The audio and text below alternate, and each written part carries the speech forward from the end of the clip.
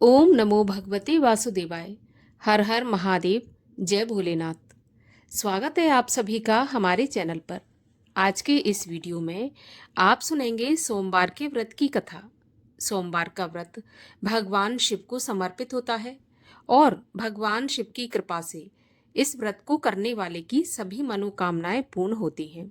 तो आज हम आपको सोमवार के व्रत की कथा सुनाएंगे।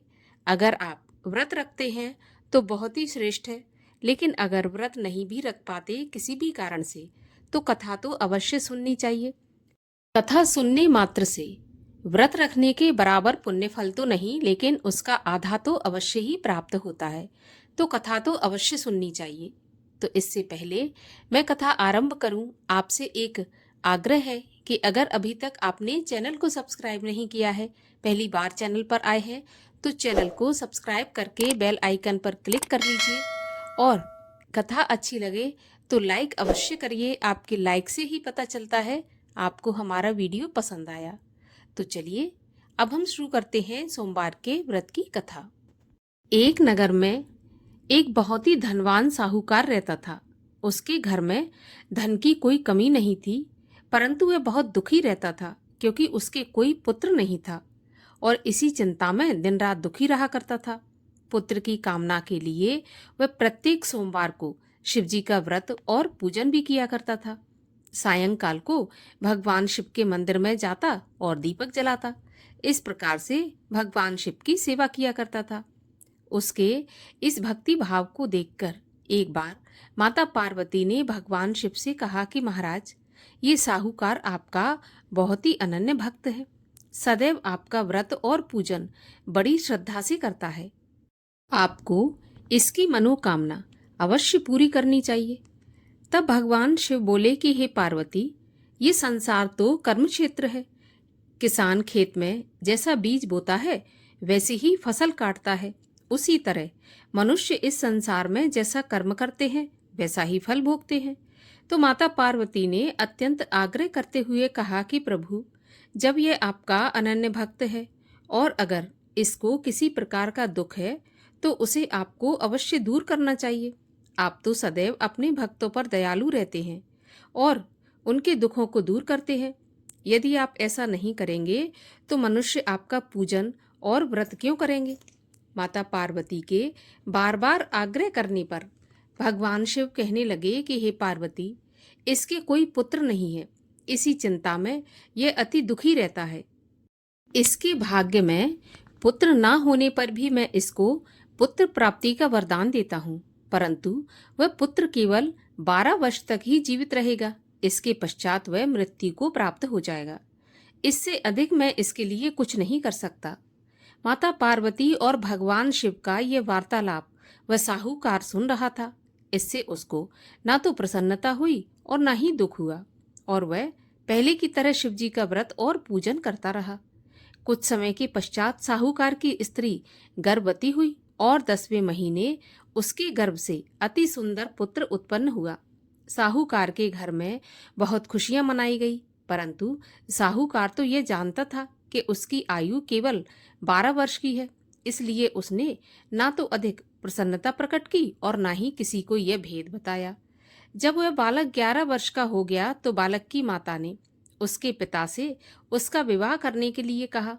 तब साहूकार ने कहा कि अभी मैं इसका विवाह नहीं करूंगा, मैं अपने पुत्र को काशी पढ़ने के लिए भेजूंगा। साहूकार ने बालक के मामा को बुलाकर उसको बहुत सा धन देकर कहा कि तुम इस बालक को काशी पढ़ने के लिए ले जाओ और रास्ते में जिन जिन स्थानों से भी जाओ, यज्ञ करते, ब्राह्मणों को भोजन कराते और दक्षिणा देते हुए जाना। दोनों मामा भांजे यज्ञ करते, ब्राह्मणों को भोजन कराते और दक्षिणा देते हुए काशी की ओर चल पड़े। रास्ते में एक शहर पड़ा।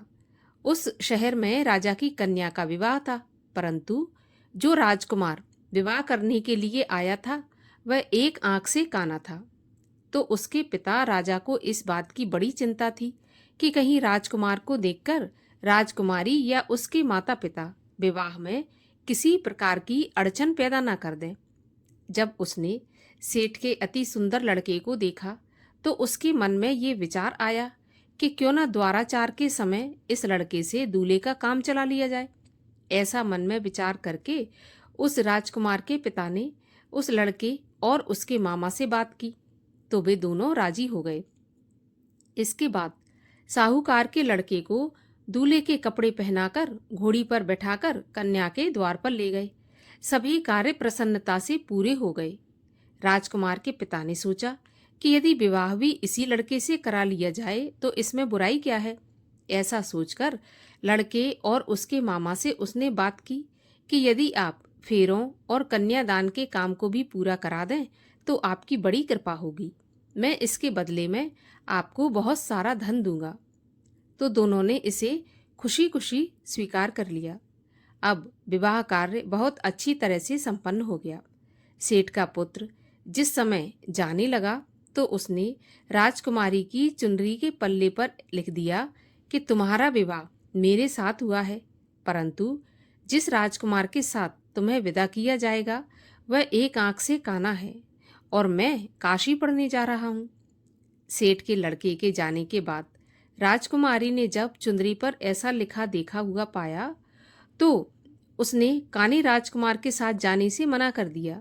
उसने अपने माता पिता को सारी बात बता दी और कहा कि ये मेरा पति नहीं है, मेरा विवाह इसके साथ नहीं हुआ और जिसके साथ मेरा विवाह हुआ है वह तो काशी पढ़ने चला गया। राजकुमारी के माता पिता ने अपनी कन्या को विदा नहीं किया और बारात वापस चली गई। उधर सेठ का लड़का और उसका मामा काशी पहुंच गए। वहां जाकर उन्होंने यज्ञ करना और लड़के ने पढ़ना शुरू कर दिया। जब लड़के की आयु 12 साल की हो गई उस दिन उन्होंने यज्ञ रच रखा था। लड़के ने अपने मामा से कहा कि मामा जी, आज मेरी तबीयत कुछ ठीक नहीं है। तो मामा ने कहा कि जाओ अंदर जाकर सो जाओ। तब लड़का अंदर जाकर सो गया और थोड़ी ही देर में उसके प्राण निकल गए। जब उसके मामा ने आकर देखा कि उसका भांजा तो मरा पड़ा है तो उसको बड़ा ही दुख हुआ, परंतु उसने सोचा कि अगर मैं अभी से रोना पीटना मचा दूंगा तो यज्ञ का काम अधूरा रह जाएगा। अतः उसने जल्दी से यज्ञ का कार्य समाप्त करवाकर ब्राह्मणों के जाने के बाद रोना पीटना मचा दिया। संयोगवश उसी समय शिव पार्वती उधर से जा रहे थे। जब उन्होंने जोर जोर से रोने की आवाज सुनी तो पार्वती जी कहने लगीं कि महाराज, कोई दुखिया रो रहा है, इसके कष्ट को दूर कीजिए। जब शिव पार्वती वहां पहुंचे तो उन्होंने पाया कि वहां पर एक लड़का मरा पड़ा था।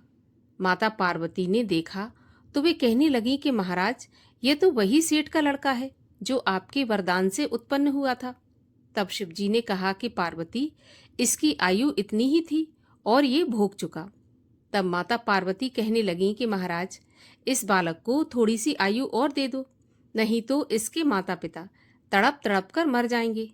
माता पार्वती के बार बार आग्रह करने पर भगवान शिव ने उसको जीवन का वरदान दे दिया।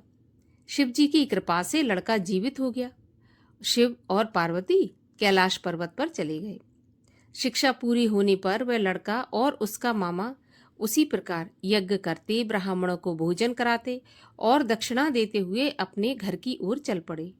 रास्ते में उसी शहर में आए जहां उस लड़के का वहां की राजकुमारी के साथ विवाह हुआ था। वहां पर जाकर उन्होंने यज्ञ आरंभ कर दिया। जब लड़के के ससुर अर्थात वहां के राजा ने उसको पहचान लिया और महल में ले जाकर उसकी बहुत आव भगत की, फिर बहुत से दास दासियों सहित आदर पूर्वक अपनी राजकुमारी और जवाई राजा को विदा कर दिया। जब वे अपने शहर के निकट आए तो मामा ने कहा कि मैं पहले तुम्हारे घर जाकर तुम्हारे माता पिता को खबर करके आता हूँ। जब उस लड़के का मामा घर पहुंचा तो वो क्या देखता है कि लड़के के माता पिता तो घर की छत पर बैठे थे और उन्होंने ये प्रण करके रखा था कि यदि हमारा पुत्र कुशलता के साथ लौट आया तो हम राजी खुशी नीचे आ जाएंगे, नहीं तो छत से गिरकर अपने प्राण दे देंगे। तब उस लड़के के मामा ने आकर जब यह समाचार सुना दिया कि आपका पुत्र आ गया तो उनको विश्वास नहीं हुआ। तब मामा ने शपथ पूर्वक कहा कि आपका पुत्र अपनी पत्नी और बहुत सारा धन साथ में लेकर आया है। तो फिर सेठ प्रसन्नता से भर उठा। सेठ सेठानी आनंद पूर्वक नीचे आए। बाहर आकर उन्होंने अपने पुत्र और उसकी पत्नी का भरपूर स्वागत किया और सभी लोग प्रसन्नता के साथ रहने लगे।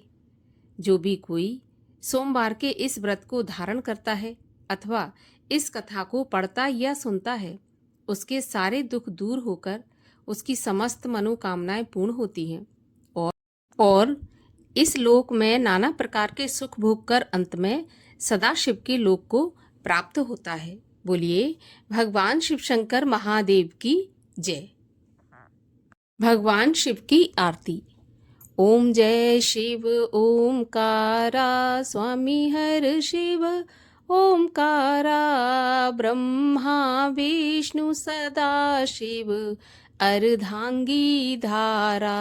ओम जय शिव ओमकारा एकानन चतुरानन पंचानन राजे हंसासन गरुणासन वृषवाहन साजे।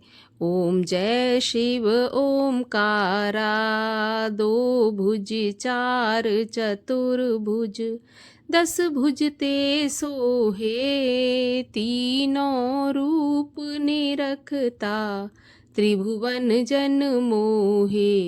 ओम जय शिव ओमकारा अक्षमाला वनमाला मुंडमाला धारी चंदन मृग मद सोहे भोले शुभकारी।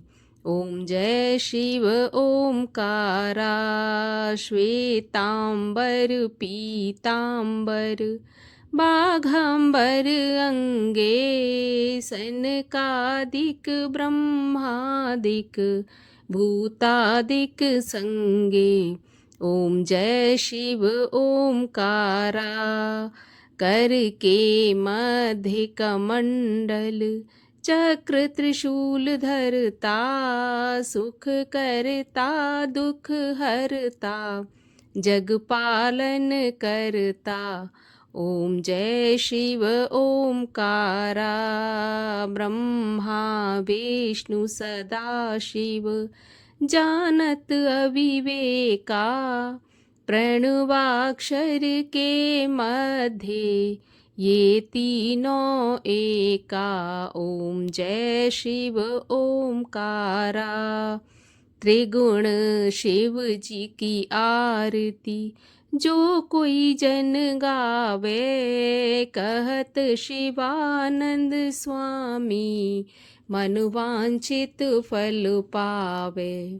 ओम जय शिव ओमकारा। बोलिए शिव शंकर महादेव की जय।